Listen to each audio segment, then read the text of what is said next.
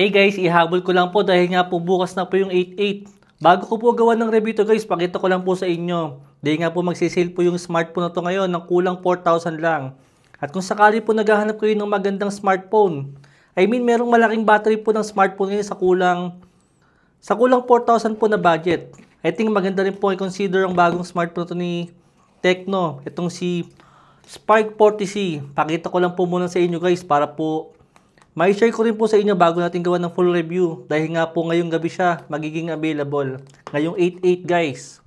Tingnan na lang natin na isang mabilis dahil kararating lang po sa akin ng smartphone na to at medyo hindi ko pa alam kung ano bang specs ng smartphone na to. Tingnan lang natin guys ng magkakasabay kung ano bang kanyang specs dahil wala pong processor na nakalagay sa kanya. Tingnan lang natin saglit. Tsaka po yung kanyang design at kung sulit ba siya sa kulang 4,000 po na presyo.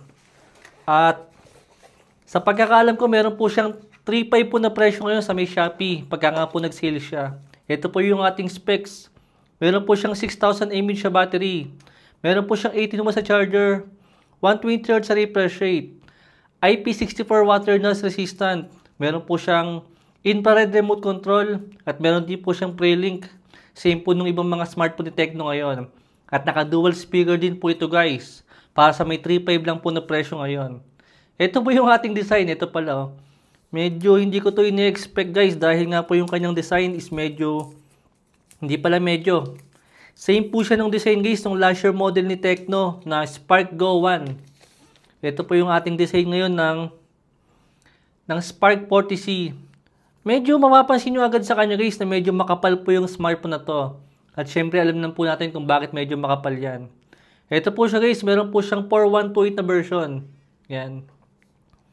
Tanggalin natin to para makita natin. Hindi ko lang sure guys kung magkano rin yung kanyang SRP. Dahil lang nakalabas pa lang pong presyo niya is yung pinaka 3,500 po na magiging price niya sa may Shopee mamaya. Mamayang 8.8 sale. Tingnan pala natin yung package. Ito po yung package niya na 18 watts sa charger.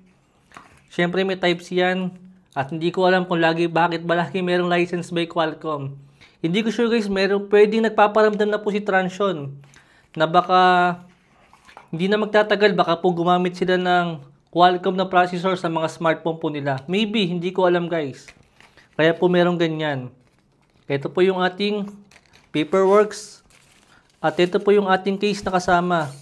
Mukhang maganda yung case na kasama niya guys. Ito po siya, color white din. Ito siya guys, pagka po nakalagay sa case, kala mo meron tayong iPhone 16 dito. Or iPhone 15. Dahil ganyan po yung forma ng kanyang camera. Ito po yung ating display guys, syempre may punch hole yan.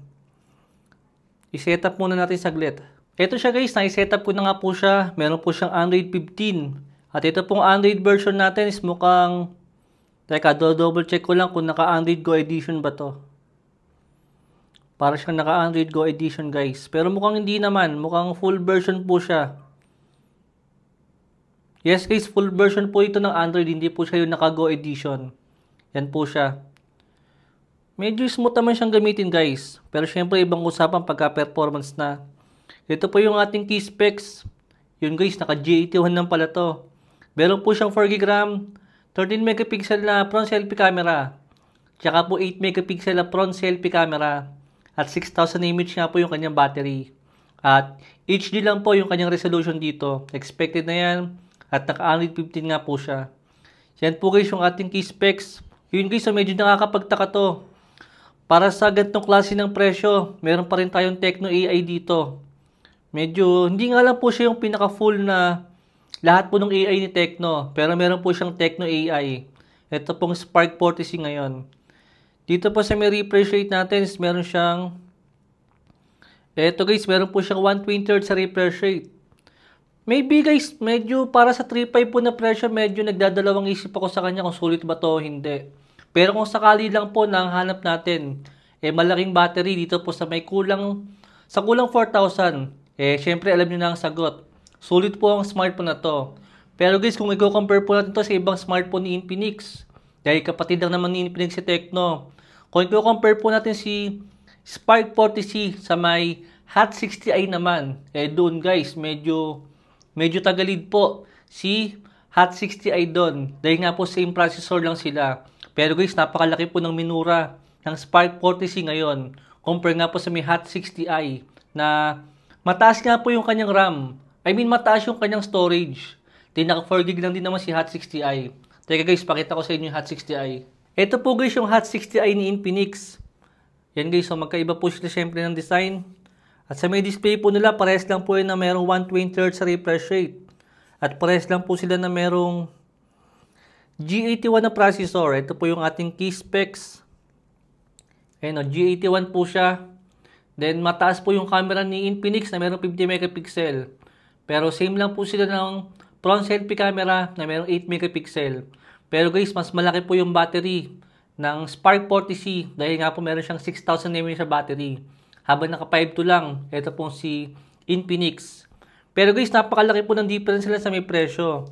Dahil ang presyo po ng Infinix is meron po siyang 5.3 po na presyo sa kanyang SRP. Sa may 4.256 na version. Pero kung sakaling medyo bitin nga po yung budget natin, ito guys, so si Spark 40C, mas mura po siya.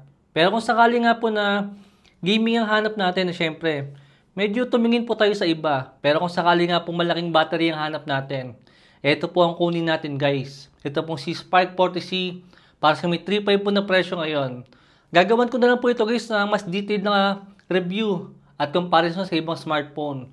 Para makita natin yung pinaka-actual na performance niya. Saka po yung kanyang camera kung maganda rin ba. Yun po muna guys yung mabilis na unboxing natin. Sinure ko lang po talaga muna sa inyo dahil magsisale nga po siya ngayong 8/8 sa may Shopee. Yun muna guys. Thanks for watching.